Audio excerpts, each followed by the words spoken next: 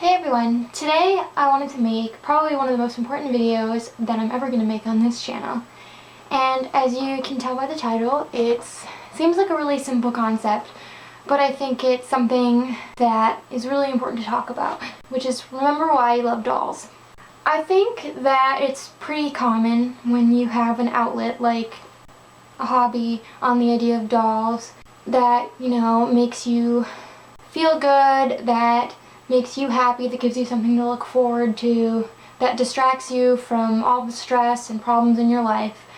I think it's really easy for that outlet to turn into a negative thing and to lose sight of what made you love it in the first place. And I can talk from a lot of personal experience with this. That's why I wanted to make this video, because I definitely see a lot of this around the doll community. Part of why I created a Flickr account and why I created this YouTube channel was to remind people why we all love dolls. And I think that most of us can say that we collect them because they make us happy on some level. Whether you're someone who likes to customize or likes to keep them boxed, or you're like me and you just buy tons of dolls, whether they're new or secondhand. Whatever the case may be, I think that most of us are attracted to dolls because they make us happy and because we like them. And they can get really complicated really fast. That's why my tone on all of my social media stuff is always really positive, and why I don't have a lot of negativity, because as I've said before, that's not why I'm here, that's not what I want to bring to the table. In the past, that's been a lot different for me. I had an old Flickr account about 4 years ago that I created after I lost my dad, because I thought that it would be a good way to, distract myself from everything that was going on, and it would be a good way to kind of invest myself more into my doll hobby. And there were a lot of fun things about posting online. I liked taking pictures of my dolls, sharing information and helping people out, and I liked writing different stories and memories down.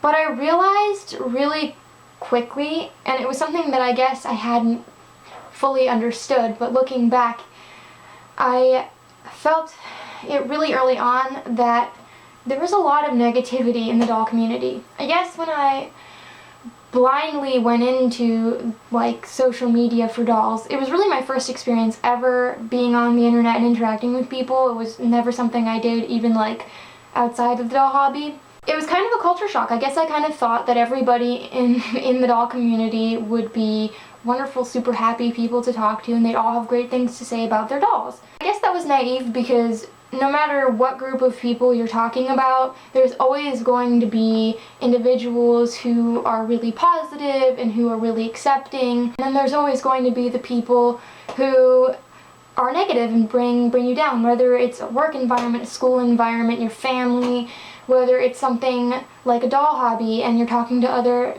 doll enthusiasts, or whatever the case may be. There's always going to be, the people who build you up and the people who bring you down. Of course, this isn't any exception to the doll community, and I feel like just like anything else, it can be a really competitive place, it can be a really nasty place. There is a whole dark side to it that a lot of us don't know about until we put ourselves out there and we find it.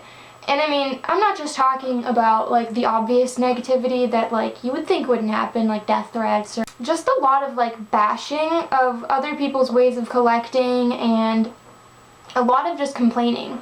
I think that there's a time and a place to have a negative opinion or to complain, and I'm definitely not rainbows and ponies and sunshine and candy all the time. I've learned from personal experience that focusing on all the things that I didn't like about my dolls, or focusing on the negative people on the internet, brought me down. And one of the reasons why I deleted my old Flickr account was actually because I feel like the environment became really toxic. And granted, that was because I let it, because I let the negativity get to me, and I found the negativity, and I contributed to the negativity. I contributed to a lot of the pointless complaining that went on. I realized in that experience from being on that account for a little over a year that I no longer could see my own opinion. It was so buried beneath everybody else's. And I think that that's kind of the danger of being on the internet a lot, especially if you're around a lot of like negativity, a lot of complaining, a lot of critiquing, is it's really easy to start believing what other people say. And I'm a very open-minded person, and I've never been a really opinionated person. When I was online at a vulnerable time in my life, and I spent a lot of time talking to people who just complained and ripped dolls apart all the time, it kind of gave me that impression about dolls. And as it was, I have a very like obsessive compulsive personality. I nitpick things. I nitpick my appearance, I nitpick like symmetry. It's always been something I've struggled with, and it's not a part of my personality that I'm proud of, and it's something that I have tried to overcome, and in a lot of ways my dolls have helped me overcome that and deal with that. But when I'm stressed out, like after losing my dad or losing my mom, that part of me really exacerbates. Like, it becomes extremely strong and present. I remember like after my mom died, I would think my dolls were never clean, and I would sit there with my bitty baby doll, scrubbing her, and crying because I thought she was dirty when she wasn't. Or I'd brush my favorite Jasmine doll's hair. Because when I was going through that, being around other people online who trash talked dolls basically, whether they meant to or not, it took away from my experience. And as it was, I didn't really want like things to change at that point in my life. I was really upset when the Bratz dolls were made taller. I was really upset by how different some doll lines were at the time, because they were my safe place, they were my happy place, and things were already changing too much for me. I think that's pretty common, like I said before, that when you feel down, when you feel depressed, when you're nervous, when you're anxious about something, you often turn to like a hobby or an interest like dolls, and instead of like addressing the real problems in your life, you tend to bury them beneath fabricated ones. A lot of people think like if you're complaining about something nonsensical like a bad haircut or not getting something you wanted, or complaining about a doll line, that you don't have any real problems, hashtag first world problems. But actually I think on the contrary, a lot of why people focus on like petty stuff is because it's a way of redirecting their attention away from the real stuff. I remember when my dad first got diagnosed with pancreatic cancer, I was in cosmetology school, and one of the girls there gave me a really awful haircut. Like, it was super jacked. And it wasn't her fault, she was like new to cutting hair too. But it was like 4 inches uneven, and I had been trying to grow my hair out, and I was really, really upset. And I remember making this huge deal about it and crying nonstop. And the truth of the matter was that I knew it wasn't really a big deal deep down. I knew like it was just hair and it would grow out, and that, it probably needed to be cut anyways because it was, a bit fried from being colored. And instead of expressing how I really felt about being scared about losing my dad, I made a big deal about my haircut. And I definitely did that a lot in the past with dolls. Like, a lot of my really nitpicky behavior with dolls and like being really like anal about them being clean or them, not being symmetrical happened, like when my mom got diagnosed with cancer, or, when my dad was sick.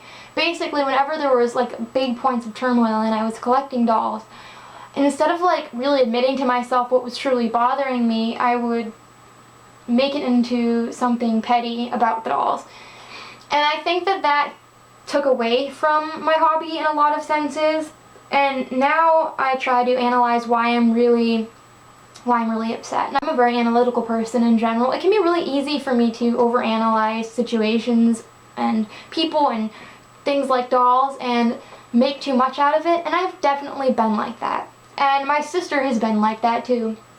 I remember when we were kids, we would get really way too invested into our doll hobby because, we had things going on, like our mom being sick, and when our grandmother moved in our house, things were stressful. We would do a lot of like stupid things with our dolls, like we boycotted Mattel at some point and we only collected knockoff dolls. And I remember boycotting the Disney store. Boycotting was a big thing back in the day for us. We boycotted everything. And every time there would be like a slight change to a doll line, like when Kelly Club came out and they were replacing like the Little Friends of Kelly line, my sister got really, really fueled about that. And like, when Chrissy came out, like, oh, we couldn't have Chrissy in the house. Basically every time like something slightly changed, we would make a huge, huge deal out of it.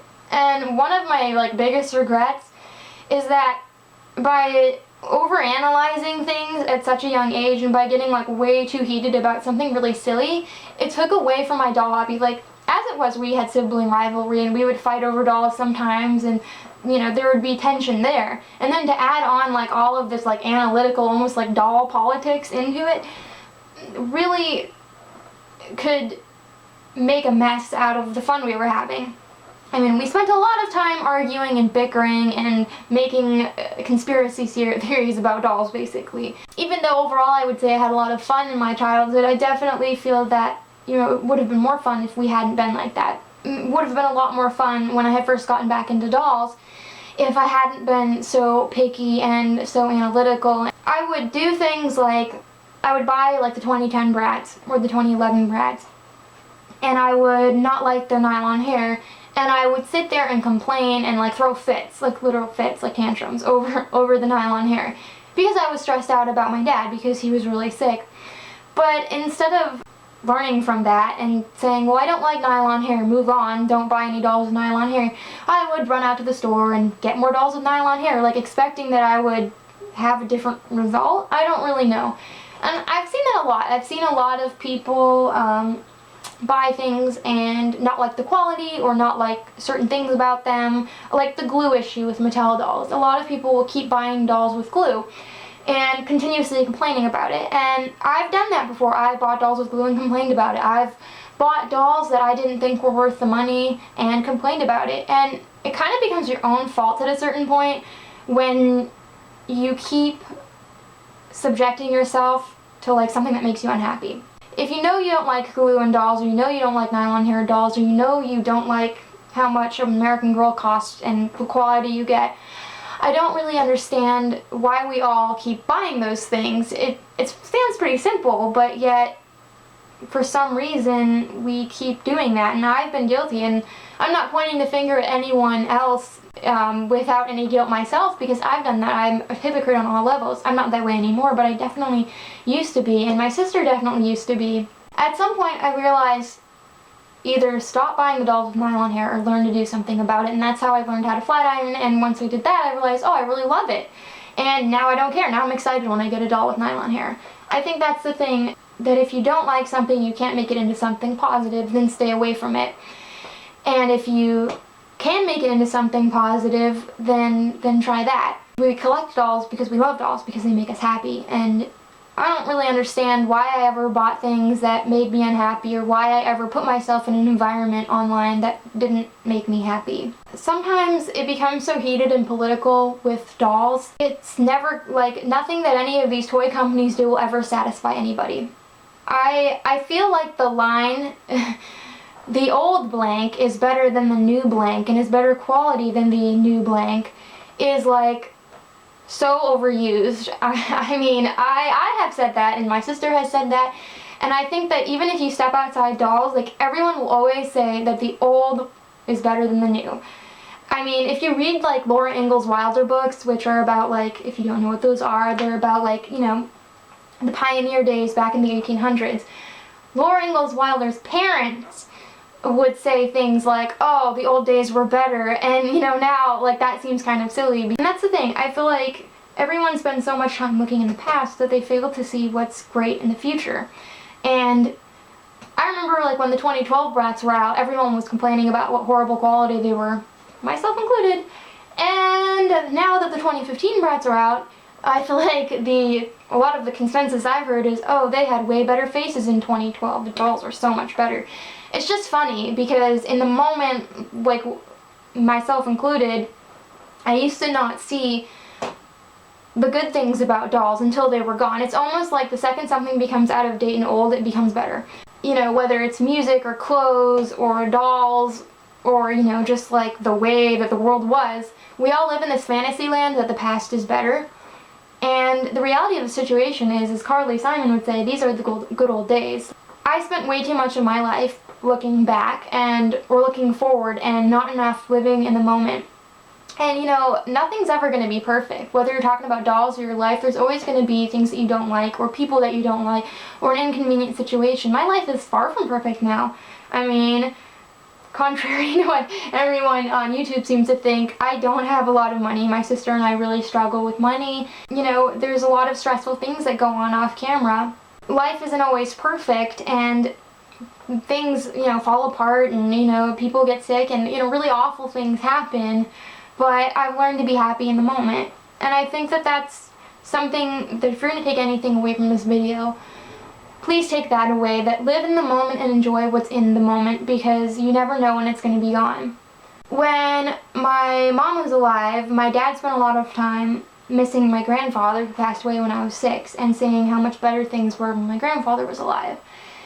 And then my mom got sick and passed away, and I remember spending at least a solid year of my life being the most angry, miserable person I ever was, and then the next probably 9 years still being a grumpus, still not seeing how lucky I was, only really having moments of clarity and moments of being grateful, and spending most of my time wishing my mom was there, and feeling like my life would never be the same, and like things would never be good again.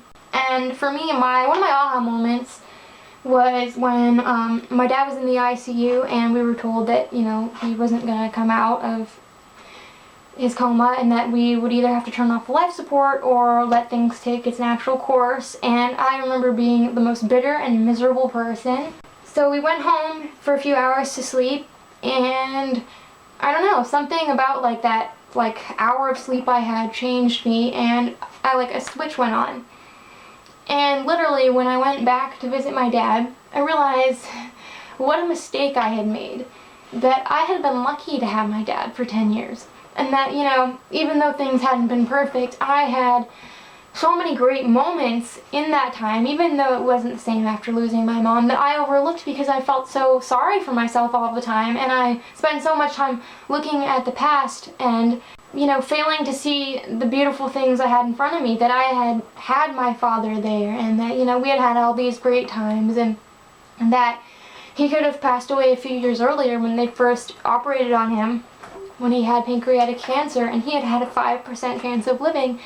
He had lived, and even though his quality of life wasn't the best, that was the year I got back into dolls. And, you know, even though we were completely broke, and even though I worried every day about losing our house, or, you know, how things were all going to work out, I still had been lucky enough to, you know, have him and share those last few moments. And getting back into dolls was a huge part of that. It made us all really happy. I had spent so much time feeling sorry for myself and not being grateful. I didn't really fully appreciate those moments.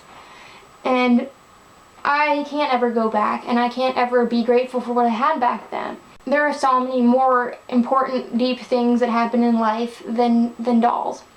I decided, you know, after deleting my first Flickr account and having that moment of realization that I had let all this negative energy get to me, that the reason why I collected dolls in the first place was because they always made me feel at home. They always made me feel at ease. They always made me happy, and that I had chosen to let them make me feel some other way. I was no longer going to contribute to that. You know, part of why I'm here is because, as Gandhi would say, be the change you wish to see in the world.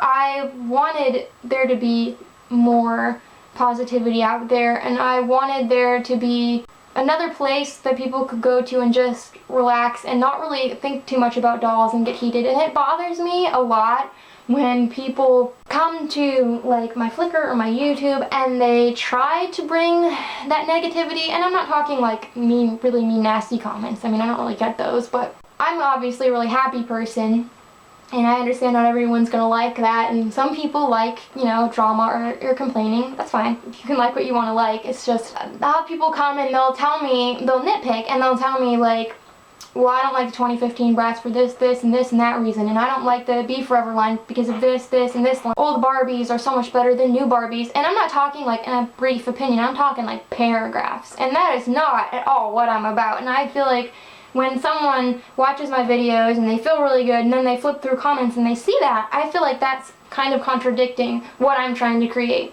I don't like every doll in the world. I don't think everything that is ever made is completely magical, but I try to focus on what I do like. If I feel like there's something that's really worth complaining about, I don't mind making that complaint. I just feel like fixating on it all the time and fixating on the things that I don't like isn't what I want you guys to hear.